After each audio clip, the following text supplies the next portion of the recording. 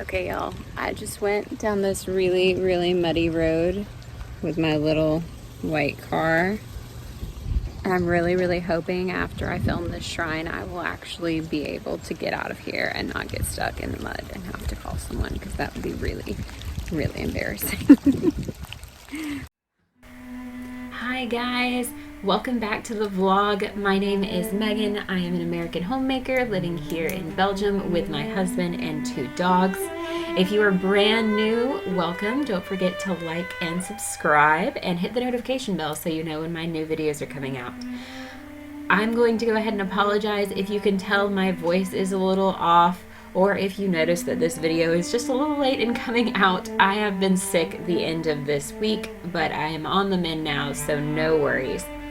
Also, you're going to hear a lot of background noise in this video, and that is the nature of what kind of video this is going to be. I have decided, since we haven't been able to travel much lately, which you know is usually a big part of my life, I'm going to take you guys on a smaller adventure here in my area. So we're going to be looking for shrines, and you'll learn later in the video what that means, but they are often along roadsides, specifically at crossroads, and we're often used for orientation. So you're going to hear cars in the background. I think at one point you hear a chainsaw in the background because one of them's in a forest. There's just a lot of noise. I think you can still hear what's being said, so definitely give me feedback if that's really annoying to you. A couple other little housekeeping things. Make sure you guys give me feedback on this. It's very different from most of my other videos where I just live my life and film it and let you guys in. This was a lot of extra work, but it's really fun. I love visiting the shrines. But let me know if you love it as much as I do, so I can know if I want to continue this series, because I do have other ideas in mind. If you know anything about Catholicism, which I do not, or about wayside shrines, please feel free to chime in down in the comments section and give us all your feedback and your knowledge so we can all learn a little bit more. Please forgive my French. It is going to be horrible every time I attempt to read any word. And yeah, let's have a really good time. I hope you guys are excited. Hi guys. So I am out here in the forest today doing something that I'm really excited about, and it's very different from the other videos I've done so far, which have just been letting you see into my life. But today I'm going to take you around on a tour of the shrines. They are specifically wayside shrines that are all over Belgium. I know of one in this forest that I'm going to go show you first, and then there are lots more, and I'll talk a lot more about the significance of certain shrines and how many of them you see here. I passed 25 just driving to get here. So I hope you guys enjoy this. I thought they were really interesting when I first moved here. So I hope you will think the same thing. Some of you who are a little more adventurous into travel and to seeing other cultures, especially if you're from the US like me, where we don't have things like this, may find this really interesting. The idea of wayside shrines is as old as maybe humanity. Like, they're a very old concept. It's even believed that the Norse peoples used them. They had like rune stones. You would often see at crossroads or memorializing certain people who had passed, or battles or stuff like that. And a lot of the wayside shrines around here do the same thing, as well as just offering a place for the devoted to have like a mini space for sanctuary. I don't really feel like that's necessary personally, because Belgium is full of churches and cathedrals and chapels, but they like to have extra, so I'm all here for it. So I'm going to show you some of those right now. Say that it is Saint Teresa, and she is a lady, and she is a nun, so that fits, but I honestly just cannot say. And there are some flowers in here. There's another little statuette. It's not focusing. Focus. There we go. Really cool. And it's pretty big. Here's it next to a danger 4-way stop sign, so you can see the size. Okay, so this is a really large one. It's almost a tiny chapel, and it actually calls itself a chapel. So my quick and dirty translation of this chapel was made in honor of,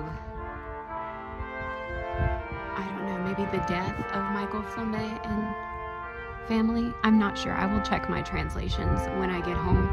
At least this one I can read. And it looks like it's from 1779. You can see the 1779. And this one, I guess this is for donations. No, I don't know. I'm not going to go in here, but you can. And you can pray.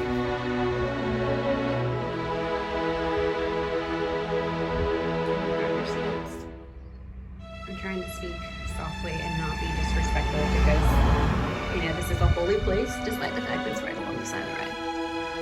My God, the cross I love, the hope and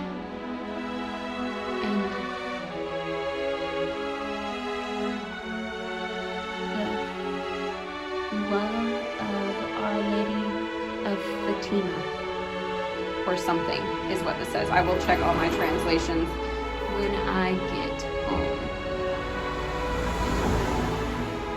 Very, very cool. Holy water. This chapel was restored in 1990. I feel like already this is going to be the happiest video as far as videography.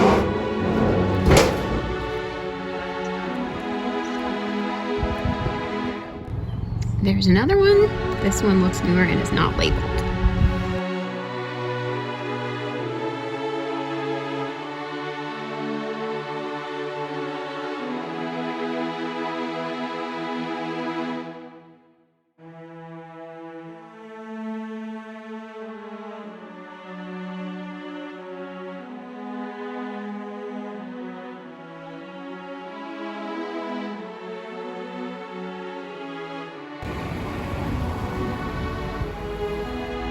Okay, so this one someone takes really good care of. They've got their daffodils, several different varieties. I really like these frilly ones. They're very beautiful. And the two-tone ones, yes, very beautiful. And this one is very simple. It's just a stone carving of Jesus. It does say something here. I can tell it's from 1947, and we know something, the Sacred Heart of Jesus. Not 100% on the first line, but it's the Sacred Heart of Jesus, and it's by the family Paindevone / Matseu. Good Lord, that's a lot of vowels. You guys really can't see this, so you're just gonna have to trust and believe. But yeah, it's 1947.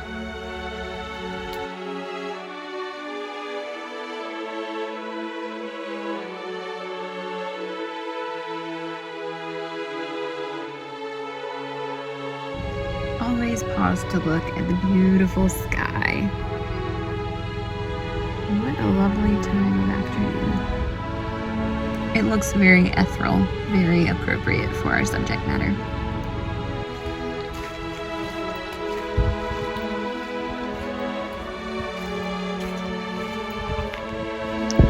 This is on the corner of Rue of the Allies and Roman Eri. I'm not sure. My French is so bad, you guys. So this one's locked up real tight. I'm seeing, you guys are never going to be able to see this. Okay, there. You can see Mary right in the space right there. And that one, I think, is Jesus. This one's pretty simple. And it did used to have an inscription, but short of coming out here and doing a rubbing like you've seen people do on graves, there's no way I'm going to be able to read this. It is very, very corroded. But intended for this to be substantial and last for a very long time. It's got this little protective round wall thing, and it's just here at this crossroads, which is really typical.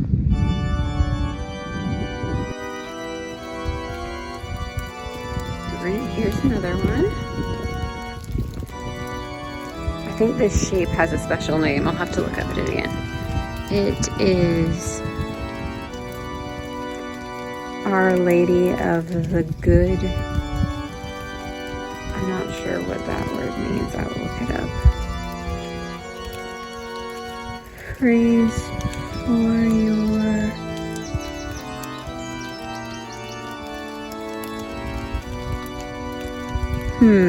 okay, I cannot read all of this, and I will try and get some translation.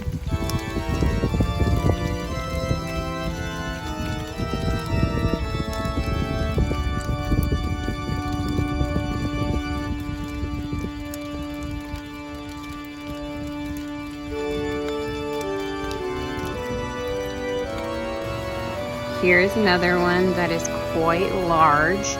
It is, so this will all be one piece of property, and that gate will lead into these people's little courtyard. And here in their wall, they've made this enormous niche and painted it and all this stuff. And here's their shrine.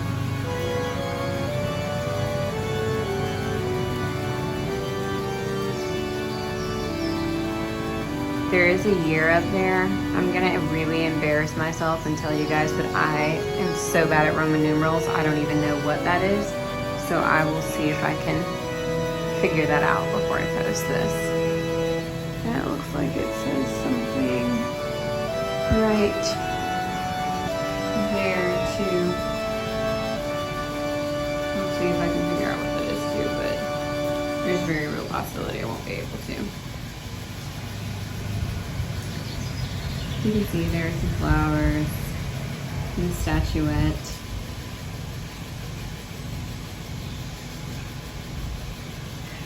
Our Lady of Tongres is what it says. It's ND Notre Dame de Tongres.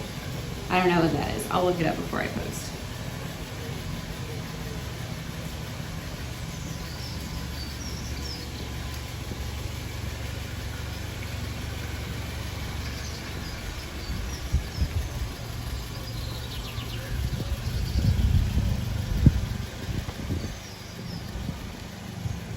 You can use the ERS to kind of figure out how big this really is.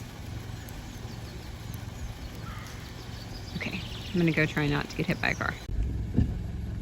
This one is sadly empty. Sorry, there was a spider in my car.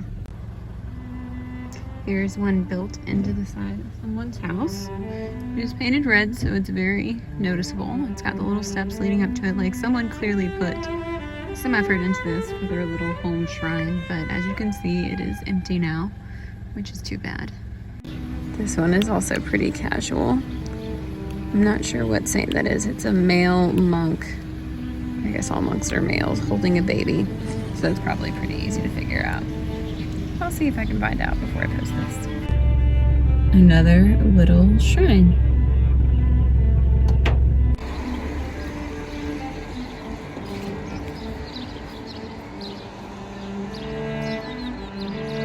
Okay, so this one is like attached to this house and is obviously very, very huge. It's currently locked, so I can't go in there. I assume Corona reasons. We've got some bone looking things.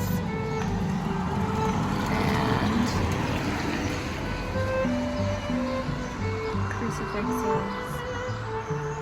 Focus, there we go. Lots of saints. And here is some information. I'm not going to attempt to read all this right now, but I will translate it and give you guys highlights. Okay, so I'm here next to the police station. Hope they aren't mad about me parking my car on the side of the road. See this very large shrine. Is it more like a chapel? I don't know. At this point, it's so big.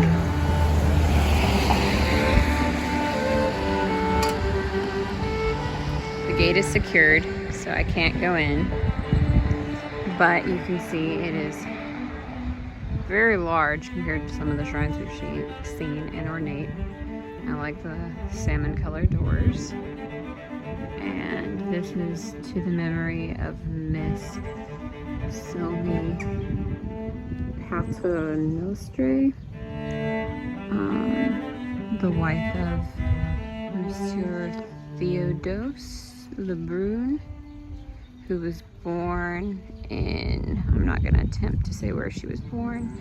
She was born on the 30th of January in 1834, and she died here in Lens on the 15th of December in 1911.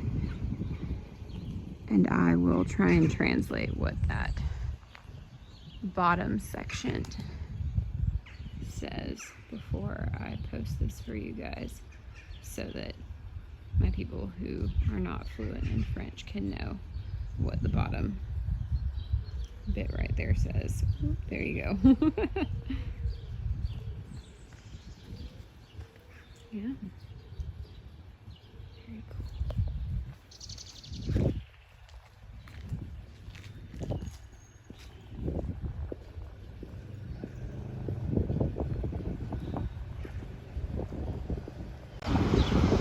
And there's the side of it. And you can see it has windows and everything. This really is blurring the lines. Maybe it's like a tiny chapel. Maybe me considering this a shrine. Well, it is for a person, so I guess it's a shrine, but it is huge. Here I have a small shrine to Saint Roche, I guess. I've never heard of this saint before, and his outfit is very interesting to me. But anyway, this little shrine is right next to this thing. And full disclosure, I've never visited this before. I don't know, is it a giant shrine or is it a chapel? Could be either. I don't know, we're gonna find out. I've meant to stop here many, many times, but you know how it is. You always mean to stop and never do.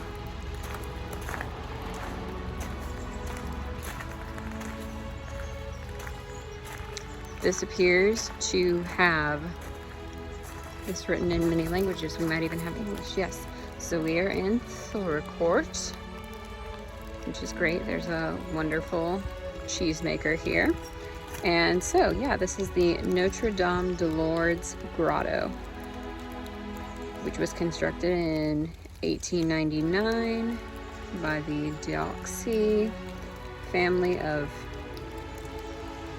Lanois. I'm probably butchering this really bad, you guys.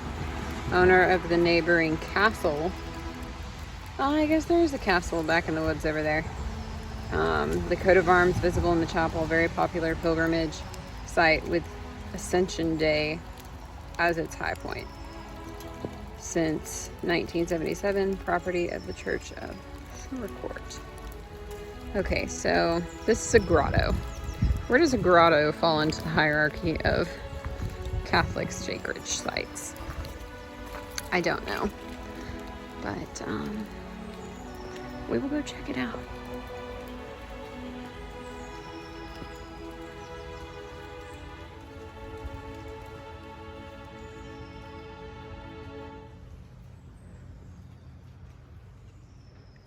Okay, so you can tell people come here often to light candles and pray and leave signs that talk about their gratitude to the saints. for God or something. Got some pretty stained glass up here. But yeah, people have been here recently enough to have lit these candles. Obviously those guys will burn for a while. But yeah, someone's been here this morning to pray. I think that's really, really cool. And there's the coat of arms that the sign talked about outside. More beautiful stained glass. Okay. And I'll leave it here. Oh, we got more coats of arms.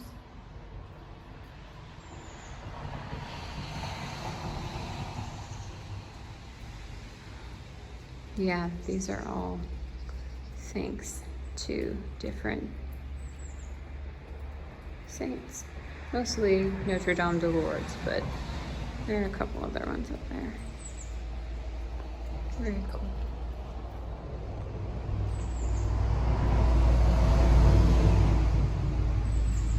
And this is from the side of the grotto. I guess, yeah, that is a table for candles. And we've got our saint here. This really cool stone structure. Okay guys, so that is about all I have for you today. I hope you enjoyed it. Again, do give me lots of feedbacks because this was very different for our channel. Next week we'll be back to more regular homemaking stuff. I'll see you then. Hope to hear from you. Bye!